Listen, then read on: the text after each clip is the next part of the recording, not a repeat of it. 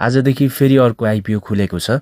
IPO खुलाउने company रहेको छ बेनीखोला hydro power limited. यस कम्पनीले चाहिँ पहिलो चरणको आइपिओ खुलाउँदैछ। त्यसैले पहिलो चरणमा चाहिँ वैदेशिक तर्फको लागि र स्थानीय तर्फको लागि खुलाउँदैछ।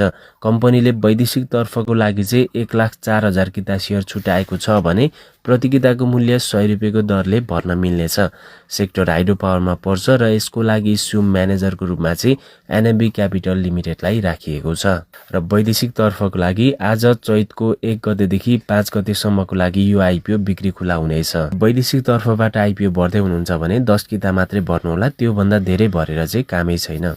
र त्यसैगरी स्थानीय बासिन्दाको लागि चाहिँ भने कम्पनीले 10,40,000 किता सेयर छुट्याएको छ र प्रति किताको मूल्य 100 रुपियाँको दरले भर्न मिल्नेछ। तर तपाईहरुले चाहिँ यसमा 10 किता मात्रै नभएर त्योभन्दा धेरै जति सक्नुहुन्छ भर्नुहोला, किनभने धेरै भर्दा पनि पर्ने सम्भावना हुन्छ स्थानीय कोटाबाट चाहिँ। र स्थानीय बासिन्दाहरूले चाहिँ चैतको 1 गते आजदेखि चैतको 15 गतेसम्मको लागि यो आइपिओमा आवेदन दिन सक्नुहुनेछ। आवेदन दिनको लागि चाहिँ नजिकैको बैंकमा गएर भर्न सक्नुहुनेछ। र स्थानीय कोटामा चाहिँ कुन वाडाहरूले भर्न मिल्छ त त्यसको बारेमा अब जानकारी दिनेछु।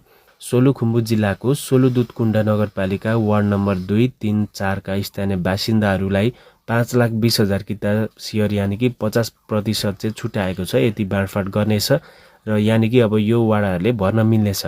र त्यसैगरी सोलुखुम्बु जिल्लाको सोलुदुधकुण्ड नगरपालिका वार्ड नम्बर 5, 6, 7 र 11 का स्थानीय बासिन्दाहरूको लागि 3,12,000 यानि कि 30% छुट्याएको छ। र त्यसपछि न्यून प्रभावित क्षेत्र अर्थात् आयोजनाको अति प्रभावित र प्रभावित क्षेत्र बाहेकको सोलुखुम्बु जिल्लाको अन्य क्षेत्रको स्थानीय बासिन्दाहरूको लागि चाहिँ भने 2,08,000 किता सेयर यानि कि 20% छुट्याएको छ। त्यसैले जिल्लाभरिको सबैले त भर्न मिल्छ, तर यदि तपाईहरु चाहिँ यो अति प्रभावित क्षेत्रभित्र पर्दै हुनुहुन्छ भने चाहिँ धेरै किता भर्नुहोला, धेरै किता